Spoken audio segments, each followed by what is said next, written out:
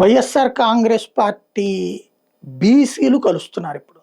వచ్చే నెలలో భారీ కార్యక్రమాలు పెట్టుకోబోతున్నారు. బీసీ మంత్రులు, మాజీ మంత్రులు, బీసీ మాజీ ఎమ్మెల్యేలు అందరూ కలిసి. వాస్తవంగా 2024లో బీసీ మంత్ర ఫెయిల్ అయ్యింది వైఎస్ఆర్ కాంగ్రెస్ పార్టీ. 2019లో మామూలుగానే వెళ్ళింది. 2024లో 80 సీట్లలో రెడ్లని కూడా తీసి పక్కన పెట్టి, కమ్మ, రెడ్డి, కాపు సామాజిక వర్గాల వాళ్ళని పక్కన పెట్టి మరి బీసీలకు ఇచ్చినటువంటి సందర్భాలు ఉంది.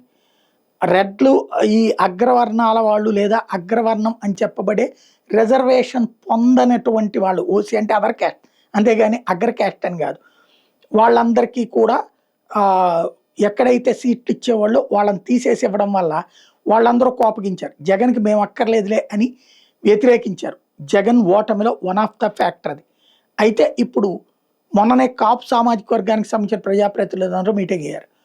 వాళ్ళందరూ కలిసి ఒక కార్యాచరణ ముందుకెళ్తున్నారు. కాబట్టి ఇప్పుడు బీసీ సామాజిక వర్గానికి సంబంధించిన వాళ్ళందరూ ఒక కార్యాచరణతో ముందుకెళ్లే ప్రయత్నం జరుగుతోంది.